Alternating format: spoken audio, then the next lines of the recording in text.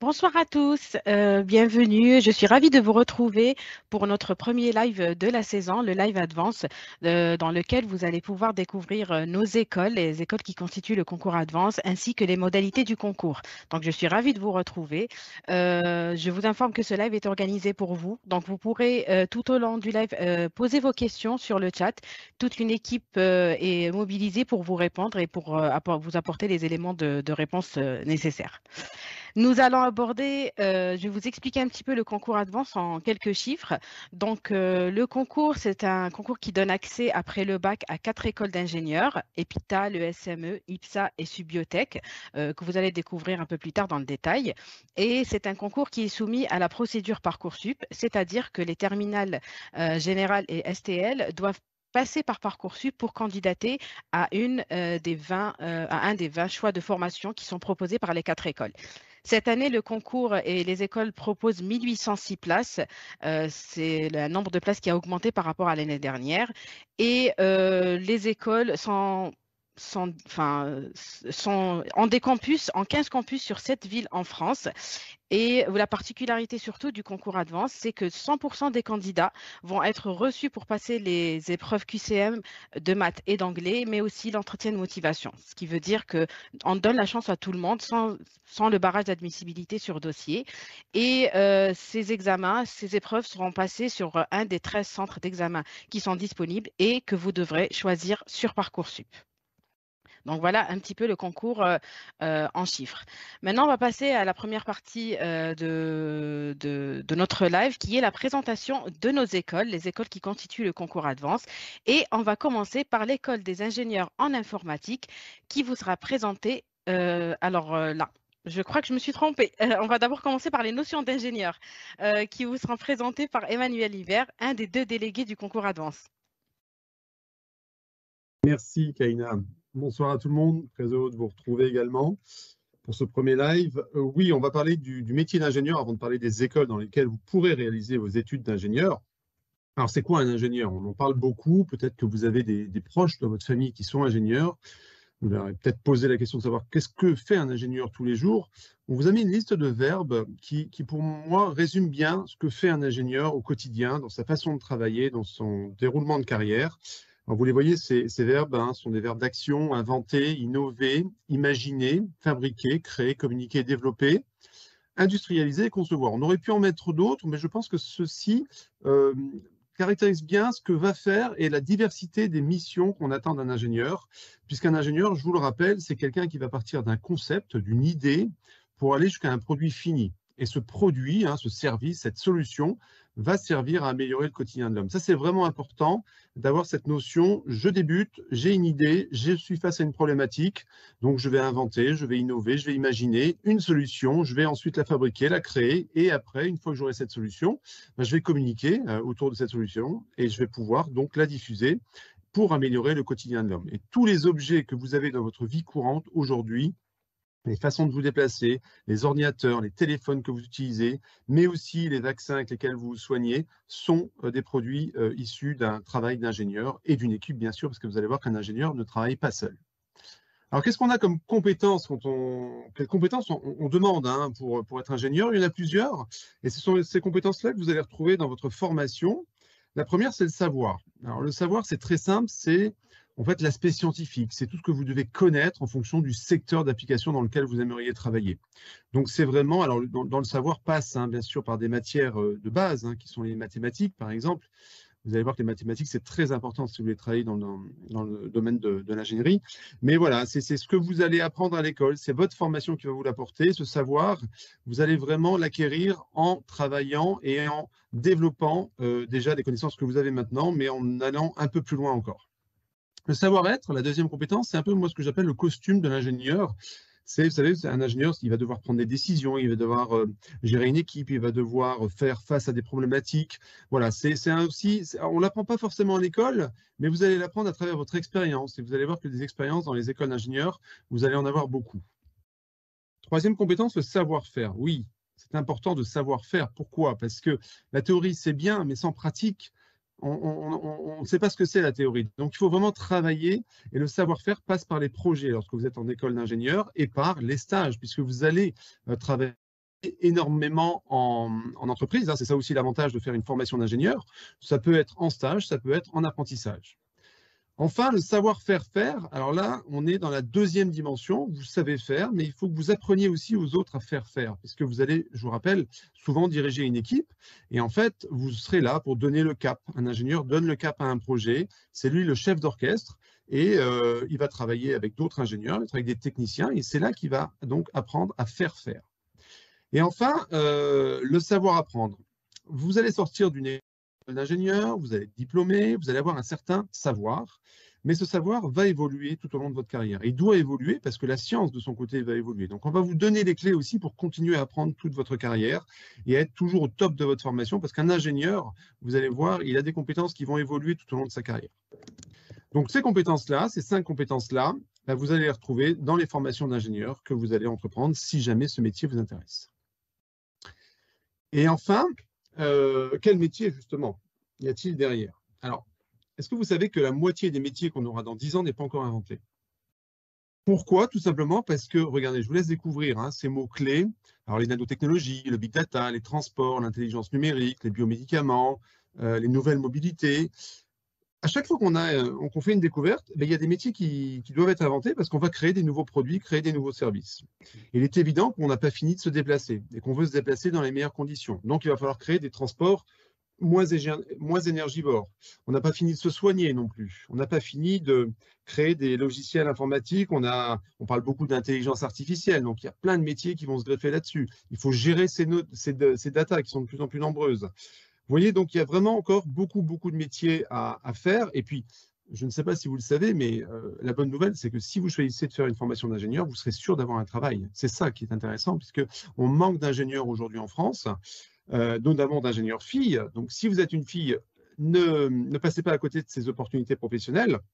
Donc, voilà. Donc, il y a vraiment beaucoup de choses à faire en tant qu'ingénieur. Il y a des métiers à créer. Et il y a probablement encore plein de choses à créer, justement, plein de produits dont on attend qu'ils améliorent le quotidien de l'homme. Voilà. Je repasse la parole à Kaina. Merci Emmanuel. Et dans cette partie, là maintenant, on va présenter les écoles. Et on va commencer par EPITA, l'école des ingénieurs en informatique, qui va vous être présentée par Claire Lecoq, directrice adjointe d'EPITA Paris et d'EPITA et directrice du campus parisien. Bonsoir à tous, je suis très heureuse de pouvoir vous présenter en quelques minutes. On va faire un tout petit focus sur l'école, donc l'EPITA. L'EPITA, c'est l'école des ingénieurs qui transforme le monde par l'informatique et l'innovation. Donc on est une école généraliste de l'informatique, en ce sens qu'on travaille pour tous les secteurs d'activité, toutes les formes de société. L'informatique est partout maintenant, dans les services publics, dans les entreprises privées, dans les associations, dans tous les secteurs. On va travailler pour la santé, pour l'aéronautique, pour l'aérospatiale, pour les hébergeurs, dans l'informatique quantique, etc. Donc on est au service de toutes les sociétés. Et qui transforme le monde par l'informatique et l'innovation, c'est effectivement, on a un moment où on doit réinventer le monde. On voit bien qu'on arrive au bout d'un modèle de société, qu'on a envie de réinventer les façons de travailler ensemble, les façons de vivre ensemble, nos modèles économiques, notre façon de préserver l'humanité, de préserver la planète. Et à l'EPITA, on apprend à construire en vrai, de manière extrêmement robuste, extrêmement pérenne, les services informatiques, avec le souhait de les mettre au service d'une société meilleure. On est une très grosse école maintenant dans notre carte d'identité. On est implanté, donc je vais être obligée de dire slide du coup, voilà. Dans notre carte d'identité, on est implanté sur 7 campus en France, dans 5 villes. On maille le territoire, Paris, centrale, ville historique de l'EPITA, mais on est aussi à Lyon, à Toulouse, à Rennes, à Strasbourg, 7 campus avec tout un réseau de partenaires institutionnels, donc reconnus par la CTI, inscrits dans toutes les conférences de grandes écoles, et un réseau de partenaires entreprises, 2000 partenaires entreprises, 100 universités internationales pour faire nos expériences à l'international, 9000 anciens, et comme le disait Emmanuel dans la partie introductive, avec aucun problème de débouché en termes d'emploi, puisque le monde professionnel est extrêmement en tension. Dans le domaine du numérique, je vais vous donner un seul chiffre, mais quand il y a 6 offres d'emploi en cybersécurité qui sont postées en France, il n'y en a qu'une seule qui est pourvue. C'est bien montrer que les entreprises ne peuvent pas mener à bien tous leurs projets qui sont extrêmement stratégiques par défaut de talent. Alors, on intègre l'EPITA en faisant un cycle préparatoire, une première année ingénieur qui est emblématique, dans laquelle on va construire un profil d'ingénieur en développement logiciel et on va pouvoir partir en stage. Et après, sur la fin de cursus, on va rentrer dans des majeurs. C'est comment on construit une expertise métier au-dessus de ce profil ingénieur développement logiciel. Alors, comme on est une grosse école avec 4000 élèves, ça nous permet de proposer un panel de majeurs qui est extrêmement riche, qu'on a regroupé en 3 pôles, 3 grandes familles. Le pôle du milieu bleu marine, qui est le pôle Deep Tech, c'est comment est-ce que je vais adresser une science, une technologie très en profondeur et je vais absolument tout connaître de cette science et de cette technologie. Par exemple, je vais faire de la cybersécurité, de l'intelligence artificielle, des systèmes embarqués, comment je programme des micro-composants, l'IoT, etc., du développement d'interfaces web, du développement d'interfaces mobiles, des réseaux, des télécoms. Et même, on aime bien avoir des champs très exploratoires, très en avance sur les sciences et les technologies, de l'informatique quantique. Donc, vous avez peut-être entendu parler de ces nouveaux ordinateurs quantiques. Les entreprises se préparent à être en mesure de maîtriser ces marchés. Au-dessus du pôle Deep Tech, vous avez le pôle management et innovation, comment j'accompagne les transformations, les grandes transformations des sociétés. Donc, comment je crée mon activité de l'entrepreneuriat ou de l'intrapreneuriat, comment j'accompagne les transformations de ces immenses familles de logiciels qui s'appellent les systèmes d'information. Et je les rends agiles, je les rends beaucoup plus maintenables, beaucoup plus réactifs aux demandes d'évolution du marché.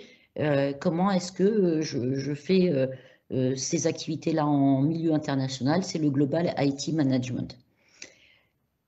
En dessous de ces 2 familles, vous avez le pôle domaine applicatif. C'est comment je mets toutes ces sciences et ces technologies de manière transverse, l'intelligence artificielle, les systèmes embarqués, la sécurité, la sûreté, au service d'un domaine d'application. Par exemple, au service de la santé.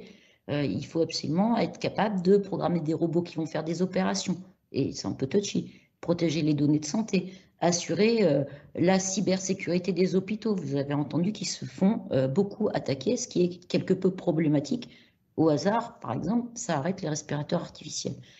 Je peux le mettre au service de traitement d'images aussi, au service de la rénovation des chaînes de production Rhône-Alpes et comment je vais moderniser toutes ces chaînes de production. C'est l'industrie du futur, au service des transports intelligents, aéronautique, aérospatial, mais aussi le train, les voitures, etc. Et ça, c'est donc les transports intelligents.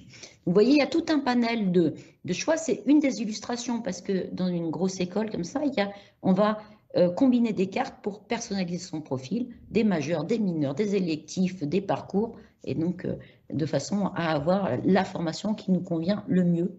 L'expérience étudiante étant une des préoccupations centrales dans nos écoles et donc à l'EPITA aussi. Alors, une fois qu'on a fait ces majeurs, qu'est-ce qu'on devient ensuite sur le marché du travail? On vous l'a dit, la question de l'emploi n'est pas une question. En fait, ce n'est pas est-ce que je vais avoir du travail. Il y a une telle tension sur le marché du travail que la question est, OK, qu'est-ce que vous avez envie de faire vous? Est-ce que vous voulez travailler en région parisienne ou en province? Et il y a de l'emploi évidemment et passionnant dans toutes les régions de France ou à l'international. On a un réseau d'élèves dans plus de 40 pays. De toute façon, on n'aurait pas de problème de fin de mois. Vous allez très très bien payer. Les moyennes de salaire, ça ne vous parle peut-être pas complètement, mais 48 300 € en France, ça veut dire qu'on n'a pas de problème de fin de mois. Vous choisissez votre science, votre technologie préférée, et donc vous travaillez pour qui vous voulez, où vous voulez, et à peu près au rythme que vous voulez, souvent, puisque les informaticiens aiment bien demander d'être beaucoup en télétravail. Donc, on en a quelques-uns qui font des années complètes à Bali, mais voilà. Donc, il n'y a aucun souci d'emploi. En général, les diplômés ont signé avant de sortir de l'école et ont parfaitement choisi leur carrière. Ils travaillent pour tous les secteurs d'activité. Évidemment, vu la très haute maîtrise technique qu'on leur permet d'avoir, ils sont beaucoup sur des rôles activité informatique, production, réalisation de services innovants. Slide. Et comme les services informatiques se déploient au niveau de la planète, hein, quand on programme un service, on peut le déployer mondialement. On réalise ces services en équipe internationale. Dès la création de l'EPITA, il a été évident qu'il était extrêmement important d'ouvrir à l'international, de comprendre les différences culturelles, l'enrichissement que ça pouvait apporter. Et donc, on a 100 partenaires, universités partenaires dans 47 pays, sur tous les continents. Les étudiants choisissent leur destination. Ils peuvent effectuer une mobilité internationale dès le cycle préparatoire. Ils peuvent en refaire aussi une en cycle ingénieur et ils peuvent avoir, on les soutient aussi, avoir leur expérience en stage qui sont réalisées à l'international, ce qui permet de multiplier les expériences. On a un réseau d'anciens qui est extrêmement fort, notamment dans la Silicon Valley, puisque une partie de nos anciens travaillent pour les GAFAM et permettent comme ça à nos étudiants de décrocher leur expérience dans ces zones de l'international en particulier, mais on couvre encore une fois les 5 continents, plus de 40 pays. Et déjà en étant en études à l'école, on est en milieu interculturel, international. On a en fait plus de 67 nationalités hein, sur nos campus. Les 45, c'est une évaluation un peu à un instant T. Et donc, c'est aussi dans les cours et hors les cours, par la vie associative, qu'on peut expérimenter et s'ouvrir à toutes les cultures. Alors, le mieux, si on veut découvrir une école, parce que prendre contact via un live, c'est très bien et merci d'être connecté, mais le mieux, c'est de venir nous voir, parce qu'on sent bien les énergies des écoles et on peut discuter avec les élèves, on peut avoir une vision très 360 des activités d'une école. Le mieux, c'est de venir nous voir en JPO, et les JPO de Noël, on va dire, elles arrivent. Le 2 décembre à l'EPITA, donc sur le site du Kremlin-Bicêtre. Le 9 décembre, Strasbourg, Toulouse. Le 16 décembre, Lyon et Rennes. Et au-delà des JPO, on vous parlera d'autres points de rencontre, des journées d'immersion, des journées de préparation au concours Advance. Mais venez nous voir, c'est le bon moyen de découvrir vos écoles. Voilà pour l'EPITA et je vais passer la parole à Véronique, je crois. Effectivement, merci Claire. Voilà. Nous allons passer à la deuxième école du concours, l'école généraliste, et qui va être présentée par Véronique Bonnet, la directrice. Bonsoir à toutes et tous. Merci de nous suivre sur ce live. Effectivement, l'ESME, donc c'est l'école généraliste du concours Advance. Alors, pour commencer par vous donner une idée générale de ce qu'est l'ESME, j'ai choisi de vous montrer une route qui est notre route et surtout de vous montrer quel chemin on peut vous proposer de parcourir avec nous si à la rentrée 2024, vous rentriez à l'ESME et donc il y aurait ce petit bout de chemin qu'on pourrait parcourir ensemble. Ce qui me semble important, c'est de voir que ce chemin, il a commencé il y a 120 ans bientôt.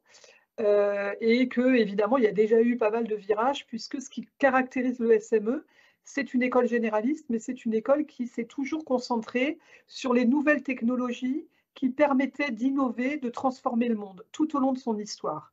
Alors évidemment, en 2024, ces nouvelles technologies pour transformer et innover, ce ne sont plus les mêmes qu'en 1905. Et aujourd'hui, les principales technologies sur lesquelles on appuie nos enseignements, ce sont toutes les technologies numériques, l'intelligence artificielle, la cybersécurité, mais également des technologies plus du monde physique. Hein. On va aussi étudier des systèmes physiques, on va faire de la robotique. Et puis, un autre domaine très important enseigné à l'ESME, c'est le monde de l'énergie et de la transition énergétique. Donc ça, c'est pour vous expliquer voilà, quelles compétences et quels domaines on enseigne et on a développé à l'ESME. Cette route, non, je ne veux pas qu'on tourne pour l'instant.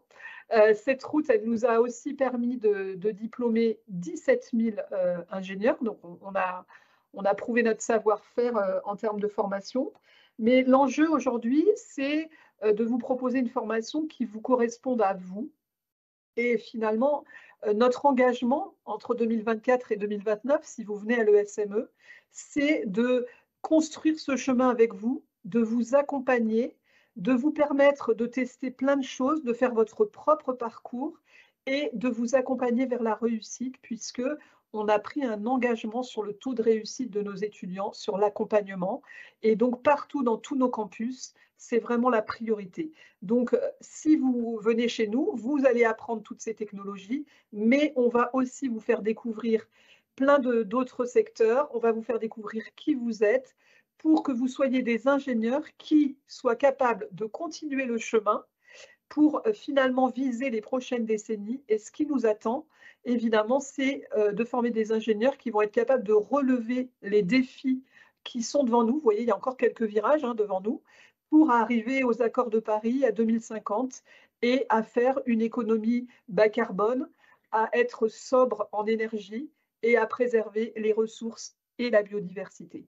Tous ces enjeux aujourd'hui sont complètement intégrés dans nos formations et c'est notre objectif que de former des ingénieurs qui seront capables de relever ces défis.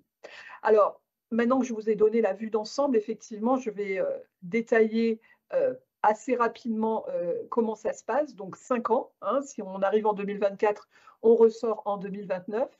Les 2 premières années, 2024-2026, c'est les années du cycle préparatoire. Donc, eh bien, il va y avoir les enseignements fondamentaux, les enseignements scientifiques. Donc, on est basé sur les maths, la physique, les sciences de l'ingénieur et l'informatique. Mais on a aussi introduit des sciences du vivant, justement pour prendre en compte les enjeux de la préservation des ressources, de la biodiversité, de la préservation de l'environnement. Donc, vraiment des domaines très larges.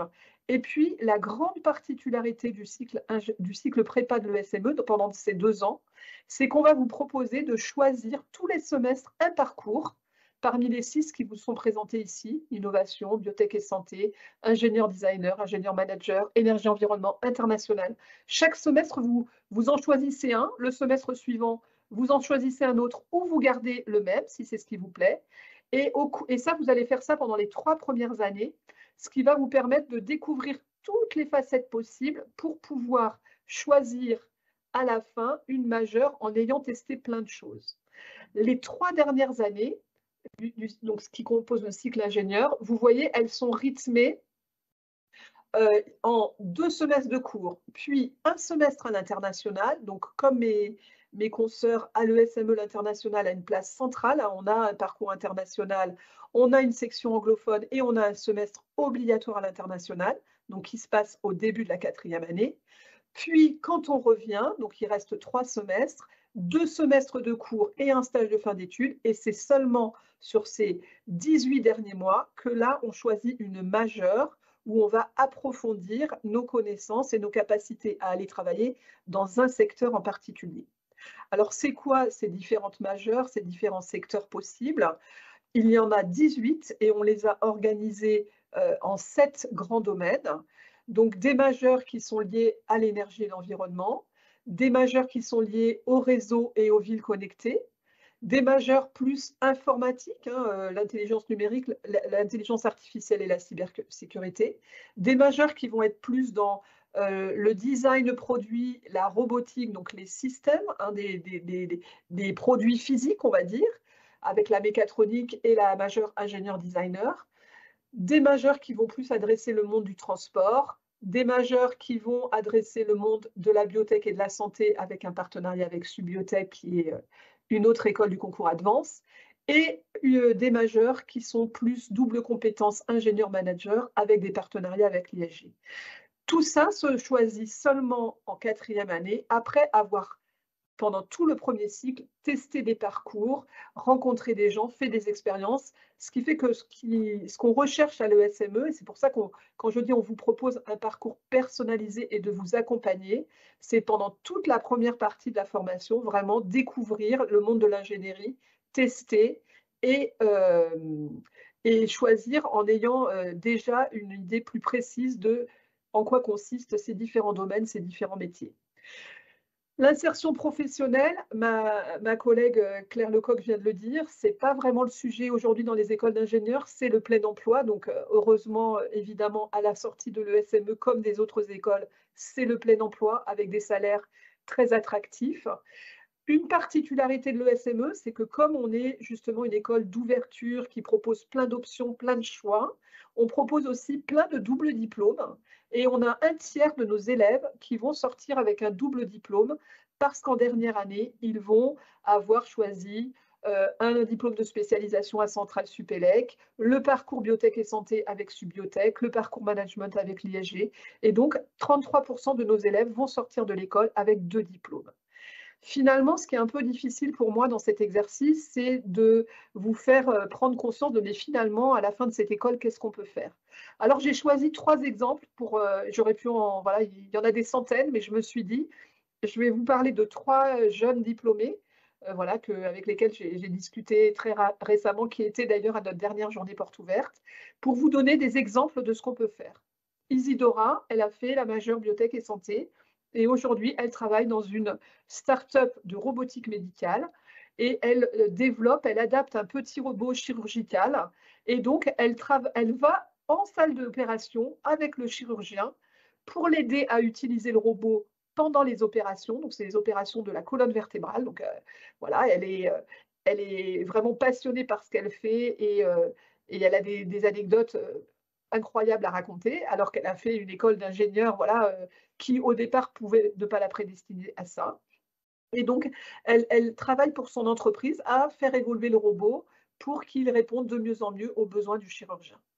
Mina, elle travaille pour Expleo, qui est une entreprise de conseil, et elle travaille chez Renault, pour le client Renault. Et elle, son boulot consiste à organiser les centres de réparation des batteries des véhicules électriques. Donc là, on est sur un métier complètement différent. On a de plus en plus de voitures électriques.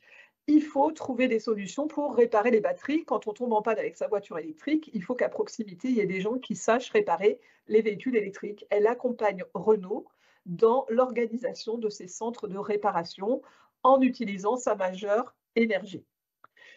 Alexandre, un profil complètement différent. Lui, il était plus passionné d'informatique et il travaille chez Safran, qui est une grande entreprise constructeur de moteurs d'avion.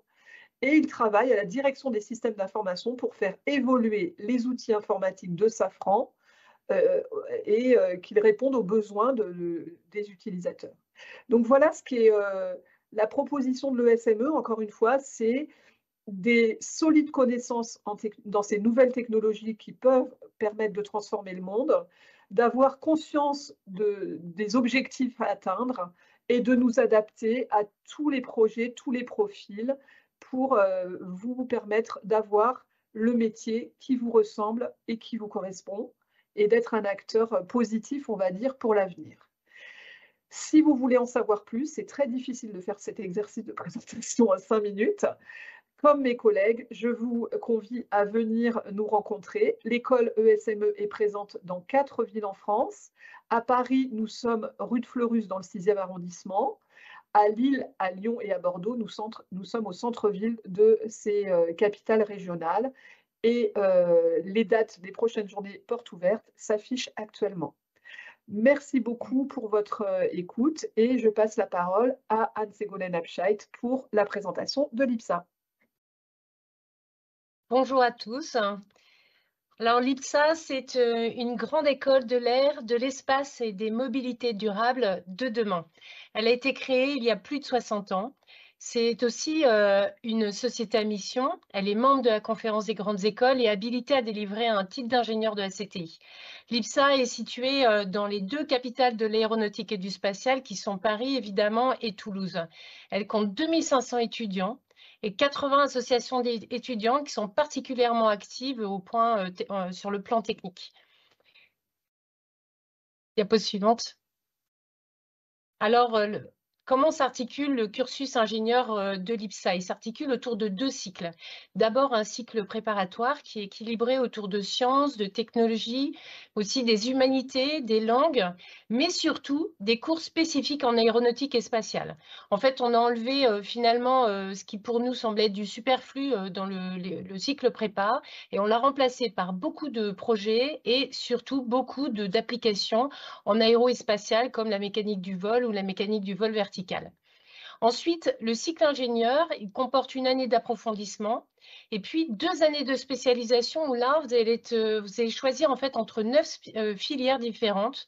Alors, vous pourrez choisir la conception, la propulsion ou bien la création, la sécurisation de systèmes pour un engin spatial ou aéronautique. Vous pourrez aussi bien choisir le site de Toulouse ou de Paris, car en fait, ils proposent tous les deux les 5 années du cycle d'ingénieur. Donc, vous avez le choix entre les deux cycles pour faire l'ensemble de votre cursus. À Ivry, vous aurez néanmoins un choix supplémentaire à faire, une petite particularité sur Parcoursup, car le cycle préparatoire peut être choisi en français ou en anglais. Mais il faut comprendre une chose, c'est qu'en fait, à partir d'Aéro 4, donc la 4e année, l'ensemble des cours sont complètement en anglais parce que l'anglais, c'est alors un incontournable pour un ingénieur, mais encore plus dans ce secteur qui est par nature et par définition un secteur international. Vous devez maîtriser l'anglais et donc on fait en sorte que vous puissiez le maîtriser complètement à la fin de l'Aéro 5 au moment d'être diplômé. Alors, ces filières, elles peuvent être complétées par 40 doubles diplômes en France et à l'international. Alors, notamment avec l'université Paris-Saclay. Alors, dans ces doubles diplômes, il y a un double diplôme qui plaît beaucoup aux étudiants en ce moment, c'est le New Space. On a aussi des doubles diplômes avec Centrale Supélec, avec l'ISG pour être ingénieur manager, et puis des doubles diplômes à l'international dans 15 universités partenaires, mais avec en fait 40 choix de parcours différents. Alors, l'ensemble des étudiants du cursus ingénieur vont partir au moins un semestre en université internationale partenaire. C'est en Aéro 4 qui partent tous au premier semestre d'Aéro 4.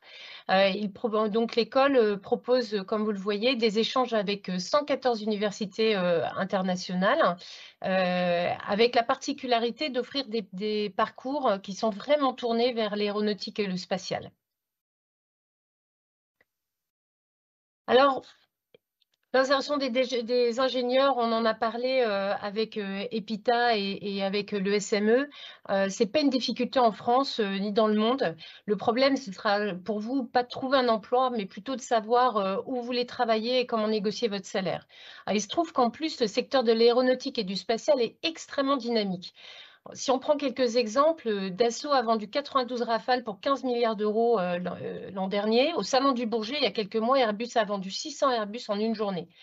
Et puis, sur le volet des startups, c'est un secteur d'activité qui n'était pas tellement ouvert aux startups jusqu'à présent, mais depuis 2009, avec Blue Origin et SpaceX, en fait, voilà, c'est aussi une possibilité pour les étudiants. Et d'ailleurs, les Ipsaliens sont à l'origine de très belles startups qui sont très souvent citées, notamment par le président du CNES. Alors, c'est vrai, les perspectives sont très favorables pour ce secteur, mais ça ne veut pas dire que si vous faites l'IPSA, vous ne pouvez rien faire d'autre. En fait, ça reste un diplôme d'ingénieur généraliste qui peut mener finalement dans des domaines assez, on le voit sur le côté droit de la diapositive, dans des domaines assez variés. Ainsi, tous les ans, on a un étudiant qui part par exemple dans la finance ou dans les assurances. Il y a une chose qui est sûre, c'est qu'en fait à l'IPSA, ce qui caractérise l'IPSA, c'est la passion. Et de la passion, en fait, naît toujours l'engagement et forcément le dépassement de soi. Et quand on est en prépa, que c'est un peu difficile, ou même en prépa, ou même plus tard, que c'est un peu difficile, qu'il faut travailler, que c'est dur, mais avoir un domaine d'application aussi passionnant, aussi extraordinaire, que ce soit dans les projets ou à l'école ou dans des associations, et ben, c'est sûr que ça permet de se dépasser. Et puis aussi, forcément, de réussir. Donc, la passion, en fait, c'est vraiment un moteur de réussite à l'IPSA. Alors, le mieux, c'est de venir nous rencontrer le samedi 2 décembre à Toulouse, donc ce samedi, ou le 16 décembre à Ivry. Et ce sera le meilleur moyen de savoir si vous avez envie de vous épanouir comme nos 2500 étudiants. Donc, rejoignez-nous sur les campus pour les découvrir et découvrir les étudiants et aussi les enseignants et les associations qui seront très nombreuses pour vous accueillir. Merci de votre attention et je laisse la parole à Vanessa Proux, qui est la directrice générale de Subiotech. Merci beaucoup Anne-Ségolène. Bonsoir à tous. Donc, je vais avoir le plaisir de vous présenter la 4e école du concours Advance, école qui partage énormément de valeurs avec les écoles précédentes, mais qui est tournée vers un domaine bien particulier que sont les biotechnologies. Subiotech est la plus jeune des 4 écoles, mais c'est lié aussi à la jeunesse du domaine d'activité que sont les biotechnologies. L'école a été créée en 2004, donc nous fêterons nos 20 ans l'année prochaine. Ne m'en voulez pas, mais pour moi, il n'y a pas que les JO. En 2024, il y aura aussi les 20 ans de notre belle école, et ça sera notre priorité d'ailleurs.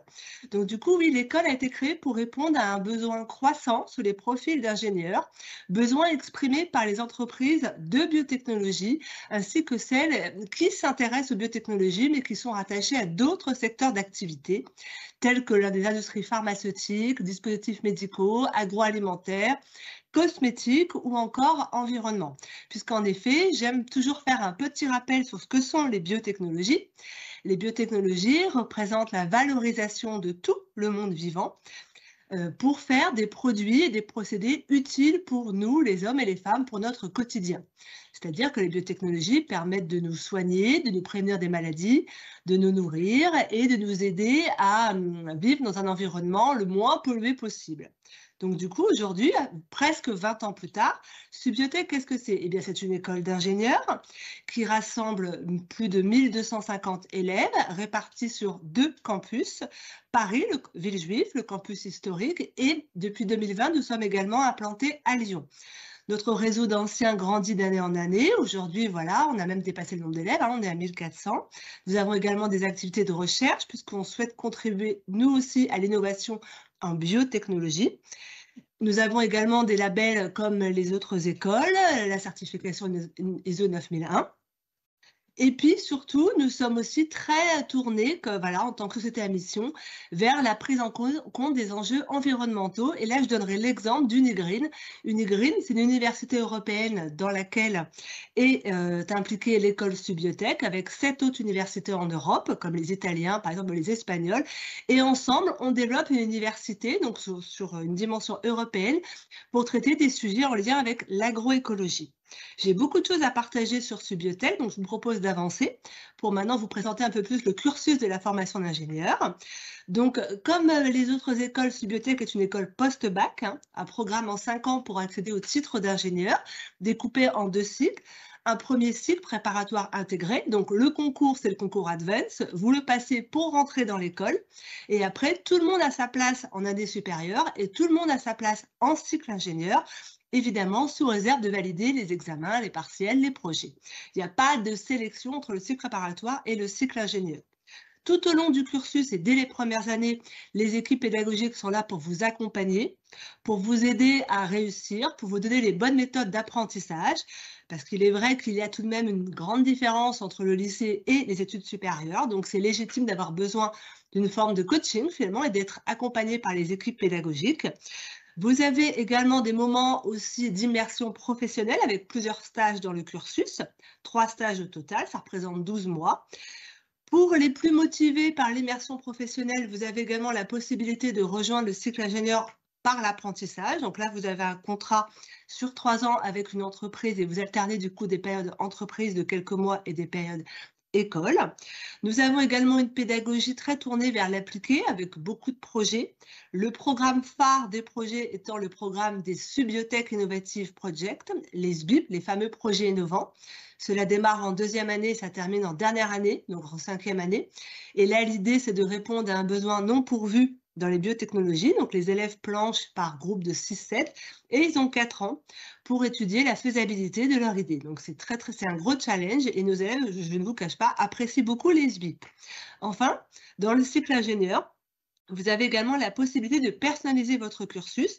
Nous proposons un seul titre d'ingénieur, un titre d'ingénieur généraliste pour toutes les biotechnologies, mais nous proposons de vous transmettre des compétences d'ouverture vers des familles de métiers d'ingénieurs et également vers les secteurs d'activité touchés par les biotechnologies.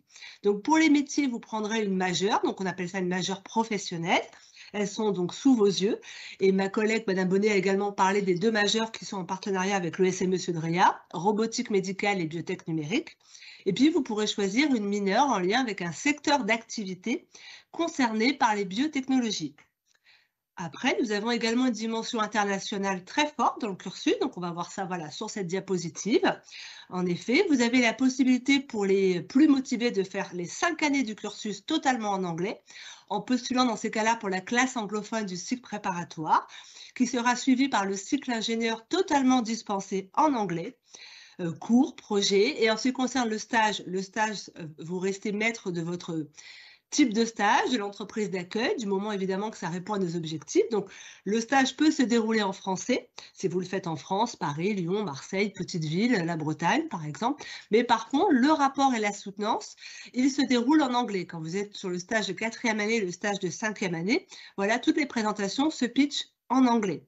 Nous avons également développé depuis quelques années les doubles diplômes. Hein. Nous en sommes à 3 doubles diplômes et ça va s'agrandir, ce nombre de doubles diplômes. Voilà, nous avons également une immersion linguistique dans le cycle préparatoire. Donc, beaucoup de moments pour se familiariser avec la culture anglophone et l'immersion multiculturelle. Après, donc, on va également parler du coup des métiers qu'on peut faire après Subiotech. Donc là, vous avez les statistiques de placement de la promotion d'ingénieur Subiotech 2022. Donc, tout comme pour les écoles précédentes, pas de souci sur l'insertion pro. En ce qui nous concerne, ça sera dans des secteurs en lien avec les biotechnologies. Donc, les taux de placement sont satisfaisants, ils sont les mêmes d'année en année. Ce qui peut changer, en fait, c'est la répartition par famille de métiers. Nous avons en effet des promotions qui sont, par exemple, plus recherche dépendante, c'est-à-dire que je vais avoir près de 50%, par exemple, des diplômés qui vont aller sur des métiers d'ingénieur de recherche, en laboratoire de recherche privé, certains dans le public d'ailleurs. Et puis d'autres promotions qui vont plutôt aller vers les métiers de la production et de la qualité. Bon, il se trouve que pour la promotion 2022, j'ai à peu près un tiers. On peut aussi créer son entreprise à l'issue des 2 écoles d'ingénieurs. Donc à Subiotech, on a en moyenne 1 à 2 créations d'entreprises par an. C'est toujours une satisfaction d'accompagner nos jeunes diplômés vers cette belle aventure de l'entrepreneuriat. Au niveau de la répartition des secteurs d'activité, le secteur santé reste le secteur plébiscité, c'est le choix des diplômés. Hein. C'est vrai que c'est le secteur le plus mature dans les biotechnologies, là où il y a le plus d'entreprises. Enfin, au niveau de la carrière à l'international, ils sont moins de 10%, alors pourtant, ils ont toutes les compétences pour aller travailler à l'étranger. Mais ça veut tout simplement dire qu'ils peuvent se placer en France sans aucun problème. Et souvent, c'est un choix de vie personnel de rester finalement près de sa famille, de ses amis, de son conjoint. Voilà. Après, il y a également une poursuite d'études qui est possible après nos écoles d'ingénieurs. À Subiotech, c'est en moyenne, voilà, selon les promotions, entre 8 et 10%. Et sur les poursuites d'études, on a environ la moitié, c'est pour approfondir l'expertise recherche, donc préparer un doctorat donc dans une université. Et l'autre moitié des poursuites d'études, c'est pour développer la double compétence marketing-management en suivant un master spécialisé dans une école de commerce comme ESSEC, HEC ou SCP. Donc après, j'ai vraiment beaucoup de choses à dire. Je suis très bavarde, mais je sais qu'on a encore des tas de choses à vous présenter sur le concours Advance. Donc je vais m'arrêter là et vous inviter à venir nous rencontrer. Puisque finalement, pour vraiment connaître une école, la découvrir et savoir si oui ou non c'est l'école de vos rêves, eh bien, il faut venir la voir, venir rencontrer ses équipes, ses élèves. Les élèves sont les mieux placés pour parler de leur cursus. Ce sont nos ambassadeurs. Donc, rencontrer également voilà, les intervenants, les enseignants-chercheurs, voir nos locaux, nos laboratoires d'enseignement et de recherche. Donc, moi, je vous invite tous à venir nous rencontrer lors d'une journée porte ouverte très spéciale qu'on appelle le Subiotech Time Travel, le samedi 16 décembre. Donc, s'il vous plaît, laissez tomber ce jour-là les cadeaux de Noël. Vous avez eu Black Friday pour les faire. Vous aurez encore quelques moments également pour les faire. Et venez nous rencontrer à Paris et à Lyon pour faire une journée porte ouverte voyage dans le temps, les 5 années du cursus ingénieur de Subiotech présentées par nos élèves. Et il y aura également des enseignants qui seront là pour répondre à des questions plus personnalisées. À très bientôt, j'espère. Merci. Merci beaucoup. Merci à nos directrices pour la présentation de nos écoles. Et comme elles vous l'ont toutes dit, il n'y a pas mieux que de vous inscrire aux journées portes ouvertes pour découvrir les écoles ainsi que leur campus. On va passer maintenant à la première session de questions-réponses. On va prendre quelques questions, mais je vous invite à les poser sur le chat parce qu'on ne pourra pas malheureusement répondre à toutes les questions. Et je vais vous reprendre, Madame Proux, parce que j'ai 2 questions concernant l'école Subiotech. La première est, si je fais Subiotech, est-ce que je pourrais travailler dans le domaine du biomédical? Oui, tout à fait. dans la mesure où on a une option en cycle ingénieur en partenariat d'ailleurs avec le SME qui est robotique médicale. Et donc, du coup, ce type d'option peut permettre d'aller dans les métiers sur les dispositifs médicaux. Mais même en suivant d'autres options, hein, d'autres majeures, le diplôme reste suffisamment généraliste sur les applications biotech pour aller travailler sur les dispositifs médicaux. Et par exemple, je peux citer l'entreprise Carmat, qui est l'entreprise qui développe le cœur artificiel, qui là, ils sont dans les dernières étapes des essais cliniques. Eh bien, j'ai une de mes anciennes qui est responsable microbiologie chez Carmat. Donc voilà, il y a des débouchés possibles dans les entreprises dites de MedTech. Et j'ai également une autre question de quelqu'un qui apparemment a bien lu, visité notre site. Il dit pourquoi recommander plutôt les spécialités mathématiques et physique-chimie en terminale et pas la SVT alors que vous êtes une école de biotechnologie? C'est une très bonne question. C'est vrai que je suis un petit peu attristée de plutôt recommander mathématiques et physique-chimie. Et c'est simplement parce qu'il a fallu faire un choix. La réforme du bac ne permet pas de garder ces 3 matières phares en terminale, alors pourtant elles sont toutes indispensables pour le cursus biotech qui est très pluridisciplinaire. Hein, les biotechnologies, c'est les biotechnologies avec les autres sciences, physique, maths et chimie. Et du coup, après les premières années où nous avons du coup accueilli des néo-bacheliers, nous avons constaté qu'il était plus facile, si je peux me permettre, de rattraper le programme de biologie que de rattraper les maths et la physique-chimie. Donc oui, ça me fend le cœur. Mais aujourd'hui, je recommande les 2 spécialités maths, physique, chimie. Mais pour ceux qui ont gardé la SVT, rassurez-vous, vous pourrez quand même rattraper les autres matières puisqu'on a mis en place un programme de remise à niveau et des tutorats pour permettre à tous les bacheliers d'avoir un niveau un peu homogène, quel que soit leur cursus antérieur. Effectivement, les écoles du concours s'adaptent également aux différentes spécialités prises par les candidats. Je vais maintenant poser des questions par rapport à l'école IPSA. La question dit que comment se déroulent les cours et y a-t-il des projets? Alors oui, il y a plein de projets à l'IPSA, évidemment, dès la première année. On n'attend pas voilà, d'être en 5e année pour faire des projets. Il y a des projets parfois au sein des modules et puis il y a des projets qui durent tout un semestre, voire toute une année. Par exemple, en Aéro 2, les étudiants font un projet impact. Donc, ils doivent réfléchir à une solution qui va prendre en compte des problématiques environnementales, sociétales, véritablement un projet impact avec bien sûr derrière l'idée d'aller apporter une technologie. Et puis en plus tard, au niveau du master en Aéro 4, ils vont faire le projet Master IPSA où en fait avec l'apport d'une entreprise qui a une question particulière sur une problématique particulière, là très technique, les étudiants vont être à 3-4 pour y répondre dans un temps assez contraint de quelques mois. Et donc, ça leur permet de travailler aussi sur des dimensions plus recherche au profit des entreprises. Voilà, donc oui, il y a des projets tout au long de la scolarité à l'IPSA. Et puis, il y a la vie associative aussi qui en rajoute, puisque comme je le disais pendant la présentation, les associations de l'IPSA sont tournées, en tout cas pour plus de la moitié, vers de la technique. Donc, ce n'est pas que de la théorie. J'ai également une deuxième question. Oui. Comment aidez-vous concrètement les étudiants à trouver leur stage et leur premier emploi? Ah, c'est une très bonne question aussi. Alors, on a un Career Center et donc avec un cursus en fait dès Aéro 1, donc dès le post-bac.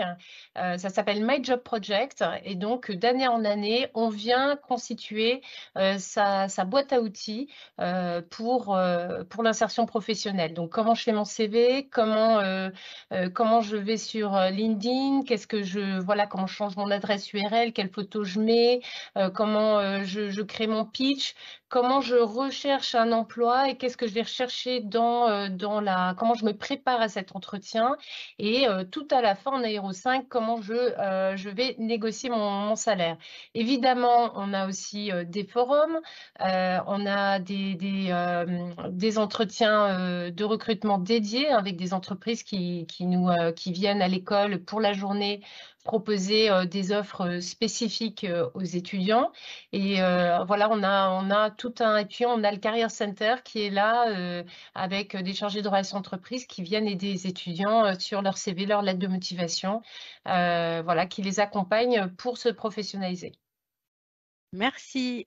J'ai une question également pour l'ESME, Madame Bonnet. Une question qui dit comment je peux choisir le parcours de découverte à l'ESME et est-ce qu'il y a un lien entre la majeure de fin d'études et les parcours de découverte? Non, il n'y a aucun lien. Les parcours de découverte, donc sur les 3 premières années, n'ont aucune conséquence sur le choix de majeur. Elles n'orientent pas. C'est vraiment pour tester des domaines de l'ingénierie, savoir ce qu'on aime, ce pourquoi on est doué. Et on peut faire un parcours en énergie et en international, et puis finalement partir en biotech en majeur. Il n'y a aucun lien entre les deux. Donc, c'est vraiment un parcours découverte, comme le nom C'est le porte. découverte sans conséquence sur l'orientation. Et j'ai également une deuxième question. Comment se passe l'intégration à l'ESME à la rentrée? Oui, alors c'est vrai qu'on a beaucoup travaillé pour s'adapter au nouveau bac. Je l'ai dit et je le redis, on est une école très ouverte. Notre ambition, c'est d'accueillir vraiment des profils diversifiés. Donc, on n'a pas que des gens qui ont fait maths physique, évidemment, hein. Il y en a qui ont fait d'autres spécialités. Donc, pendant les 4 premières semaines à l'ESME, on reprend les chapitres qui sont indispensables pour nous dans les programmes de terminale de maths, de physique et d'informatique. Donc, on reprend vraiment les bases pour ceux qui n'ont pas jamais fait d'informatique et les chapitres essentiels pour ceux qui ont abandonné la physique. Et on reprend les chapitres les plus importants pour les mathématiques, ce qui nous permet de démarrer, on va dire, progressivement et d'avoir vraiment une période de transition entre le lycée et l'école d'ingénieur. Et donc, on a fait ces 4 semaines, depuis la réforme du bac, on fait ça. Et là, cette année, on a fait un sondage auprès de nos élèves de première année à la fin de cette période qu'on appelle booster. Et on avait 90% de satisfaction de nos élèves qui sont vraiment très, très satisfaits de cette manière d'intégrer l'école, sachant qu'en plus, pendant ces 4 semaines, on leur fait découvrir l'école, la vie associative, ils font de l'anglais. Enfin, c'est très ludique aussi, mais on revient sur le programme de terminale, sur les notions dont nous, on va vraiment avoir besoin après dans notre programme prépa pour maximiser les chances de réussir. Merci, Madame Bonnet. J'ai également pris 2 questions pour l'EPITA, qui sont pour vous, Madame Lecoq. Alors, la première, j'ai entendu parler de la piscine et des projets étudiants accompagnés par des assistants. En quoi ça consiste? Alors, c'est un vrai plaisir de pouvoir répondre à cette question. À l'EPITA, on a une pédagogie. Alors, vous savez, dans le groupe des écoles d'ingénieurs, nos 4 écoles, on a une pédagogie active, une pédagogie interactive par projet. On sait très bien que vous n'apprenez pas en transmissif avec des profs qui vous parlent. Donc, de toute façon, ça, c'est l'ADN des écoles. À l'EPITA, on a une pédagogie aussi en immersion. Immersion, piscine, voilà. On va arrêter les enseignements classiques, les semaines classiques, et pendant 1 ou 2 semaines, on va vous mettre en apprentissage un peu intensif, très accompagné par les assistants. Les assistants, c'est les élèves, les cadors des promos supérieurs qui sont formés à la pédagogie, qui vont être là sur le terrain avec vous de 8h à 23h42, et vous chercherez ceux qui ne savent pas pourquoi tout finit en 42 dans le monde EPITA. Et donc, vous allez, pendant 1 semaine bloquée, 2 semaines bloquées, apprendre une science, une technologie. Par exemple, le langage C, un langage de programmation, et le système Unix. Et vous allez avoir un graphe d'exercices à faire qui va se débloquer, se développer au fil de l'eau. Et vous allez apprendre très, très vite parce que les assistants, ils sont 57, ils sont partout dans les salles, ils sont là pour vous débloquer. Vous pouvez, comme vous êtes 500 à apprendre en même temps, vous pouvez vous entraider. Le niveau que vous avez avant une piscine est radicalement différent du niveau que vous avez post-piscine. Après la piscine, vous savez, et vous savez définitivement. Quelquefois, quand vous révisez pour des contrôles, vous vous rendez compte que 3 semaines plus tard, vous ne savez plus rien, ou en tout cas, vous avez l'impression de ne plus savoir. Après avoir appris au sein d'une piscine, vous pouvez définitivement, enfin, vous avez ces acquis définitifs et nous, on peut continuer à vous apprendre des choses. Donc, on continue à bâtir le grand bâtiment de connaissances qu'on veut vous apprendre à construire sur les 5 ans. Et on adore faire. Les piscines, c'est très intense, mais c'est hyper festif. Si vous regardez des vidéos sur Internet, on s'amuse bien. Voilà. Merci. Et j'ai également une deuxième question qui dit, est-ce que je peux avoir le choix de la majeure que je souhaite? Alors, on a 16 majeurs. Et les 16 majeurs, c'est les élèves qui les classent. Ils vont dire, en premier, je vais faire ça, en deuxième, en troisième. Donc, ce n'est pas nous qui disons, tu vas aller dans cette majeure. On a des promos de 600, 700 élèves. On les affecte au classement. Donc, c'est sûr que quand on est en termes de promo, on a plus de chances d'avoir son premier choix que d'avoir son dernier. Mais comme ça nous tient vraiment à cœur d'avoir le maximum de satisfaction des étudiants, l'expérience étudiante, je l'ai déjà dit, est vraiment au cœur de nos préoccupations. Ce qu'on fait, c'est longtemps avant l'ouverture effective, l'entrée dans les majeurs, on fait des pré-sondages. On dit au fait, si tu devais t'exprimer sur ton choix de majeur, là, aujourd'hui, en juin, il rentre en février en majeur, qu'est-ce que tu ferais? Ce qui nous permet de retailler les tailles des majeurs, de réadapter. Et quand ils doivent faire leur choix de majeur effectif en octobre pour février, en fait, on est beaucoup plus près et on a des taux de satisfaction qui sont quasi idéaux parce que 100% ça n'existe pas, ou alors on n'est plus, en regardant aussi la capacité d'absorption du marché, on a des taux de satisfaction qui sont 93% des élèves ont leur premier choix, 4% leur deuxième et le reste, 3%, leur troisième choix. Quand on a 16 choix à faire, même avoir son troisième choix, c'est très bien. C'est-à-dire qu'on reste, si je voulais faire de l'intelligence artificielle, il y a 3 majeurs qui font de l'intelligence artificielle à l'EPITA. Donc, on reste dans le grand domaine qu'on voulait adresser. Donc, on est très content. Merci Madame Lecoq, merci à toutes nos directrices pour leur présentation et les réponses aux questions. Nous allons un petit peu accélérer et passer à la partie du concours Advance et on va commencer par les recommandations des spécialités et là je redonne la parole à Monsieur Yver. Merci Kaina. Alors, beaucoup d'informations, effectivement. Alors, les spécialités, on va vite passer dessus parce que si vous êtes en terminale, c'est déjà joué. On en a parlé, les directrices en ont parlé lors des présentations. Il n'y a pas de limite en spécialité. Quelles que soient les spécialités que vous aurez choisies, vous pourrez passer le concours Advance. Maintenant, ce sont des écoles d'ingénieurs. Vous l'avez compris, le socle scientifique est important. Donc, les mathématiques, la physique-chimie, NSI, SVT, c'est des spécialités que vous allez choisir en première. Vous allez en abandonner une en terminale. Comme l'a dit Madame Prou, il y a des dispositifs qui sont mis en place pour vous aider à faire. Le conseil que moi je vous donne en plus, c'est de faire peut-être ces rattrapages déjà en amont. Lorsque vous êtes dans l'année de terminale et que vous avez abandonné une spécialité, vous avez toujours la possibilité de la suivre de façon personnelle. Tout ce que vous aurez fait, de toute façon, vous servira à un moment ou à un autre. Voilà pour les spécialités. Maintenant, on va rentrer dans le vif du sujet et on va voir comment se déroule ce fameux concours Advance. Alors, il y a 2 concours. Le premier, le plus important pour les terminales de la voie générale, donc quelle que soit la spécialité que vous aurez choisie. Vous aurez, d'une manière générale, 3 notes. La première note, c'est la note dossier. C'est la note qu'on va prendre à partir de vos résultats de première, puisque vous allez travailler, ceux qui sont en première, ne négligez pas votre dossier de première. Pour ceux qui sont en terminale, c'est trop tard, mais j'espère que vous avez bien travaillé. Les notes de première et les 2 premiers bulletins de terminale, puisque Parcoursup nous fera remonter les notes aux alentours du mois d'avril, ainsi que les épreuves anticipées du bac, les notes d'anglais. On va faire une moyenne, et si vous avez très bien travaillé, vous aurez une bonne note dossier. Vous aurez peut-être la possibilité d'être grand classé. Alors, le statut de grand classé, c'est quoi? Parce que vous avez bien travaillé, on sait que vous êtes sérieux, on va vous dispenser des épreuves écrites qui vont suivre et de la dernière note que je vous expliquerai après. Mais la particularité du concours Advance, on vous l'a dit en introduction, c'est qu'on reçoit 100% de nos candidats à l'oral parce qu'on veut vous connaître, on veut savoir qui vous êtes, même si vous êtes très bon élève. Les grands classés devront passer cet oral de synthèse et de motivation à ne pas négliger parce que si vous ne le passez pas, malheureusement, vous ne serez pas classé au final. C'est à peu près 8 à 10% de nos candidats qui seront grands classés. Donc, pas de panique si vous ne l'êtes pas. Vous serez dans les 90% à passer les épreuves de QCM de mathématiques et d'anglais. Donc, 1h30 pour les QCM de mathématiques, 30 minutes pour l'anglais. Alors, le programme sera sur la spécialité mathématiques si vous l'avez gardé. Et également, pour ceux qui ne l'auront pas gardé, sur l'option maths complémentaire.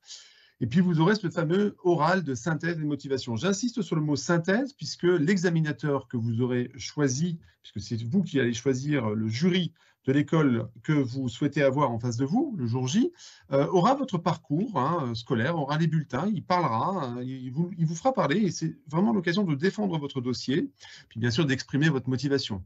Regardez les coefficients. 7 pour l'oral de synthèse et motivation, c'est la même chose que si vous additionnez le QCM de maths et d'anglais. Donc, c'est vraiment quelque chose de très important à préparer en amont.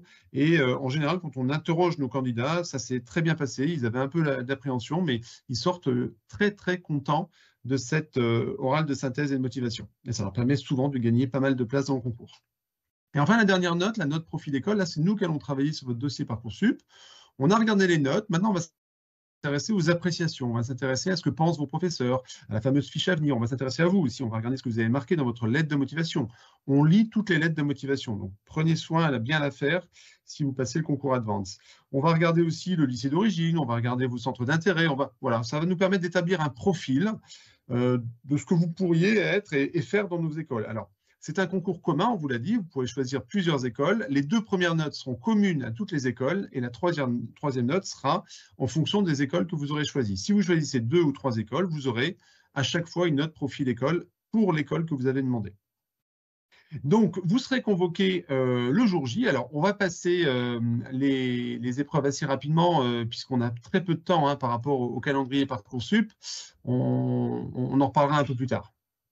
Alors, pour les terminales STL, il y a uniquement Subbiotech qui accueille les STL, sciences et techniques du laboratoire. On est dans la biologie, on est dans les biotechnologies.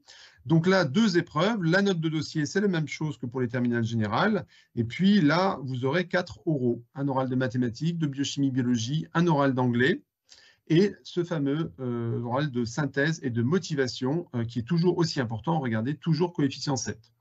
On va faire remonter les classements à Parcoursup et c'est là que vous aurez vos résultats. Il n'y a pas de notion de grand classé dans les terminales STL. Et puis le calendrier, justement, on va s'y attacher. Donc Parcoursup, première phase à partir du 20 décembre, phase d'information très importante. C'est là que vous allez aussi aller chercher des informations sur les écoles qui vous intéressent. C'est plutôt bien fait, il y a une carte interactive. Profitez-en.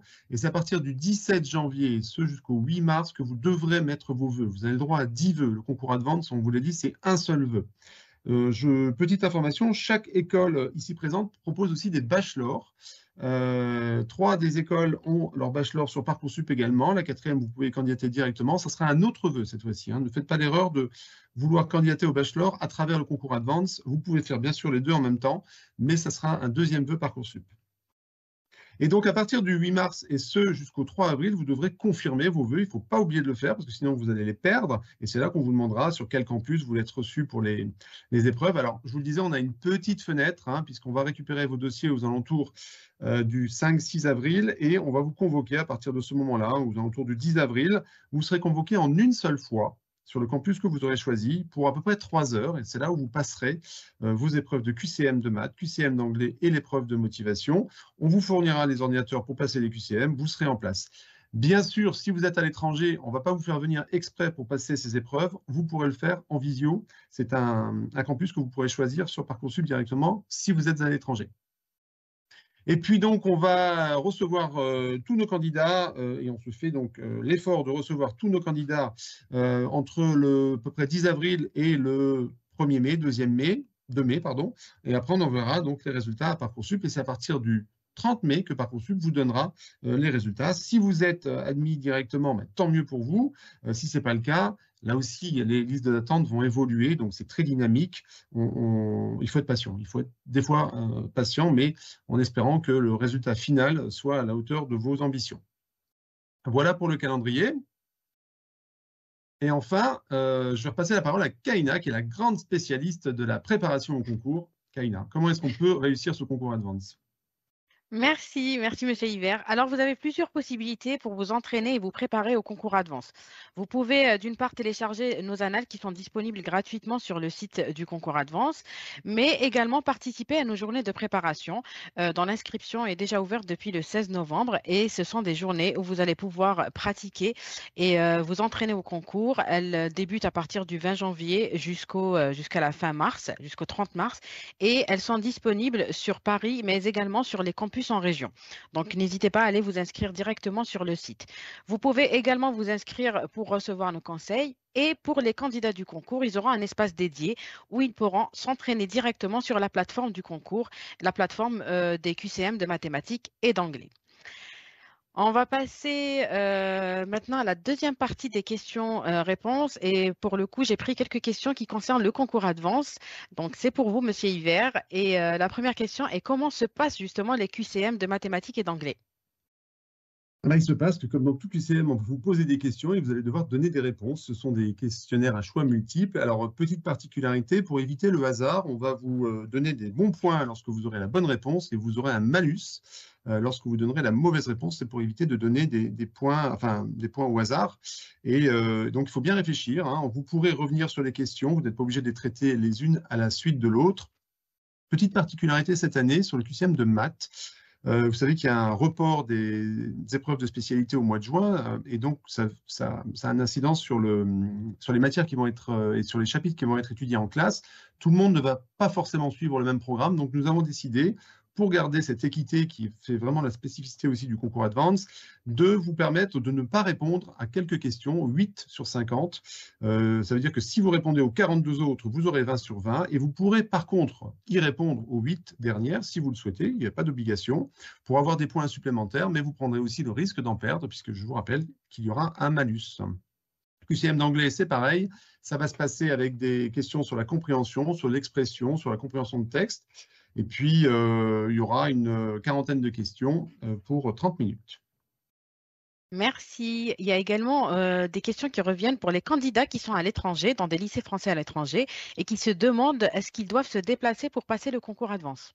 Alors, c'est ce que je disais, hein, bien sûr, on ne va pas vous demander de venir exprès et de faire des milliers de kilomètres. Déjà, ce n'est pas bon pour l'empreinte carbone. Mais en plus, on va vous demander de faire donc une visio. Depuis le Covid, on est assez bon maintenant en visio, on s'est adapté. Donc, même les QCM, vous pourrez les faire en visio. Vous serez bien sûr monitoré par un de nos élèves, hein. On regardera ce que vous faites parce qu'il ne s'agit pas de tricher non plus, mais on vous fait confiance. Donc, pas de problème. Si vous êtes à l'étranger, il faudra le justifier en fonction de votre adresse parce que on s'attache à tous ceux qui sont en France. On a quand même 7 villes dans lesquelles on a 15 campus pour pouvoir venir passer vos épreuves. Donc là, on vous demandera de faire quelques kilomètres si vous êtes en France, mais en train. J'ai également une autre question. Est-ce que si j'ai un aménagement pour handicap, il est pris en considération pour les épreuves du concours? Bien sûr, bien sûr. Alors ça, il faudra le déclarer sur Parcoursup dans un premier temps et après nous faire parvenir les justificatifs. C'est très important pour qu'on puisse vous accueillir dans les meilleures conditions. Et on va prendre une dernière question. Comment se déroule l'entretien de synthèse et motivation pour ceux qui souhaitent faire la section anglophone? Alors, il se déroule de la même façon que pour tous les candidats, même pour ceux qui ne veulent pas faire la section anglophone, à savoir qu'il se fera en français. Nous n'aurons pas de partie en anglais cette année, c'est un choix que nous avons fait. L'anglais sera apprécié sur d'autres critères, notamment le QCM d'anglais, et puis bien sûr, les notes que vous aurez eues lors de votre scolarité, les appréciations des professeurs. Alors, moi, le conseil que je vous donne par rapport à la section anglophone, il ne faut pas déjà se brider, il ne faut pas être bilingue hein, pour entrer en section anglophone, il faut par contre avoir un bon niveau. Vous allez avoir les cours, donc il y a un double challenge, hein, puisqu'il y a quand même une marche entre le lycée et l'enseignement supérieur. Donc vous allez devoir travailler plus et en plus vous allez devoir le faire en anglais. Donc si vous êtes déjà à l'aise, n'hésitez pas, c'est un très bon début puisque vous serez amené à parler anglais plus tard. Maintenant, si ce n'est pas le cas, choisissez la prépa francophone dans laquelle vous aurez des cours en anglais et comme ça, vous serez encore mieux préparé pour faire après vos études d'ingénieur en anglais carrément. Merci beaucoup, Monsieur Hiver. Je vous rappelle que vous pouvez toujours poser vos questions sur le chat. Nos équipes se feront un plaisir de répondre. Je vais maintenant vous laisser noter les différentes JPO qui vont avoir sur nos écoles et je vais redonner la parole à nos directrices pour vous donner quelques conseils pour candidater, quelques conseils pour remplir votre dossier Parcoursup et je vais donner la parole à Madame Pro.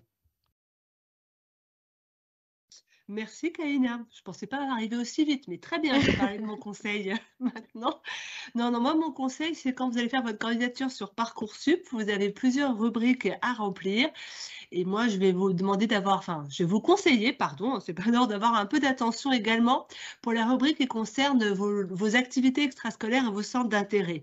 Ne négligez pas cette rubrique non plus et prenez vraiment le temps de la renseigner, car pour nous, c'est beaucoup d'informations derrière.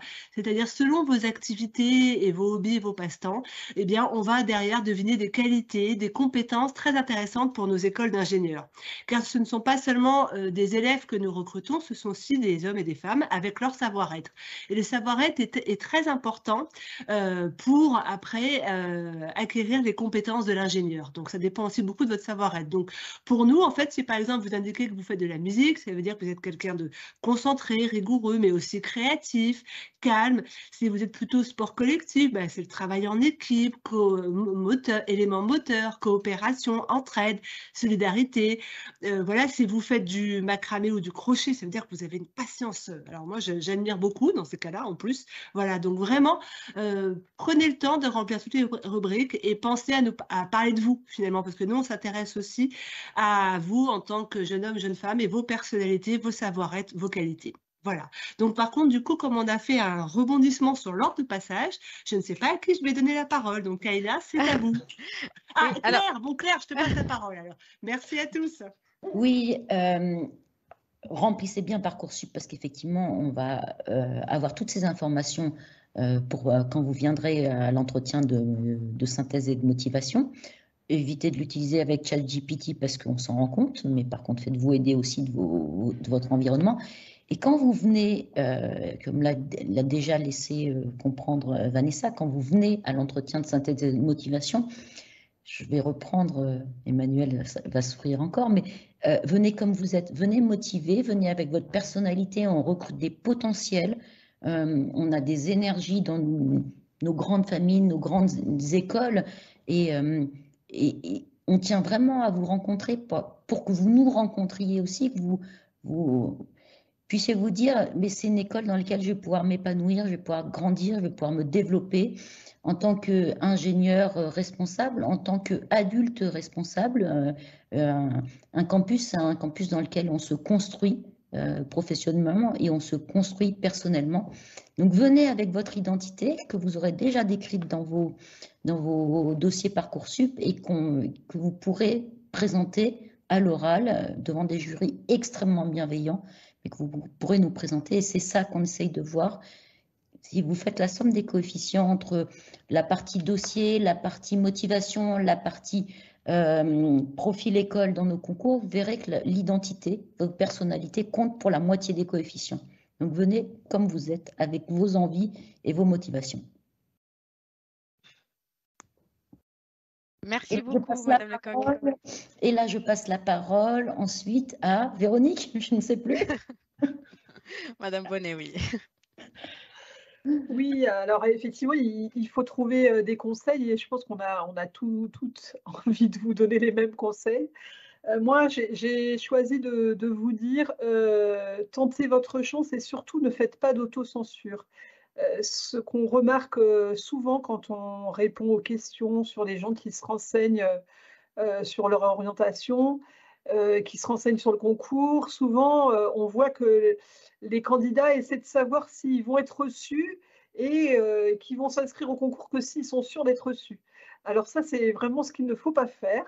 Il n'y a vraiment rien à perdre à s'inscrire à un concours, à cocher toutes les options, toutes les villes, toutes les écoles qui vous intéressent dans le concours, et puis après, nous laisser faire le travail de sélection. On le fait, vous avez compris, avec beaucoup d'attention, de professionnalisme, voilà, de précision. Donc vraiment, ce qui compte, c'est de quoi j'ai envie, voilà, de quelles écoles me font envie, il peut y en avoir plusieurs. Est-ce que je serais tentée par le cycle anglophone? Et pourquoi pas? Et cocher dans le concours toutes les formations qui vous tentent. Et après, faites-nous confiance, nous saurons dire si vous pouvez intégrer telle ou telle école. Et si on vous dit oui, c'est que vous allez pouvoir réussir, parce que c'est ça notre engagement, c'est de faire réussir tous ceux qui sont acceptés au concours. Donc il n'y a pas de risque. Il faut oser et il faut candidater. Merci beaucoup, Madame Bonnet. Et le conseil de la fin pour Madame Appiette. Ah oui, bah oui, les concours, ça se passe bien. Ça se passe bien et il ne faut pas oublier une chose, c'est que le concours en lui-même, il ne compte que pour une partie de la note globale. Alors, il y a une partie qui est déjà lancée, hein, c'est vos résultats de première et terminale et pour lequel bah, vous pouvez effectivement plus rien faire. Il y a la partie du concours. Et n'oubliez pas que pour bien réussir, bah, il faut bien se préparer et venez aux journées de préparation du concours Advance, c'est important. Et puis la dernière partie, celle-ci, vous pouvez la travailler dans le temps et surtout ne vous y prenez pas au dernier moment, c'est votre lettre de motivation. Elles sont obligatoires, on les lit toutes. Donc, ne faites pas juste une phrase ou ne mettez pas une recette de cuisine pour voir si on les lit, parce que ce serait dommage, vous perdriez votre chance. Donc, c'est vraiment obligatoire dans le processus d'évaluation global pour ce concours Advance. Donc, soignez bien vos lettres de motivation. C'est le moment d'indiquer effectivement tout ce qui vous caractérise et tout ce que vous avez fait, même toutes les fois où vous êtes venu à notre rencontre, aux journées de découverte des métiers de l'ingénieur, en journée porte ouverte, en journée de préparation au concours. Et puis, enfin, n'oubliez pas que, comme pour la vie, pour intégrer une grande école d'ingénieurs, eh ben, il ne faut jamais oublier qui ose gagne. Voilà, ce sera le mot de la fin. Merci beaucoup. Je remercie infiniment notre directrice et notre directeur. J'espère vraiment que vous avez pu apprécier notre live et qu'on a pu répondre à vos questions. N'hésitez pas à nous suivre sur les différents réseaux sociaux. N'hésitez pas à nous contacter également par mail ou sur les réseaux aussi si vous avez d'autres questions ou autres interrogations sur le concours Advance ou les écoles. Je vous remercie et je vous souhaite une très bonne soirée. Bonne soirée à tout le monde, merci. Bonne soirée. Bonne soirée à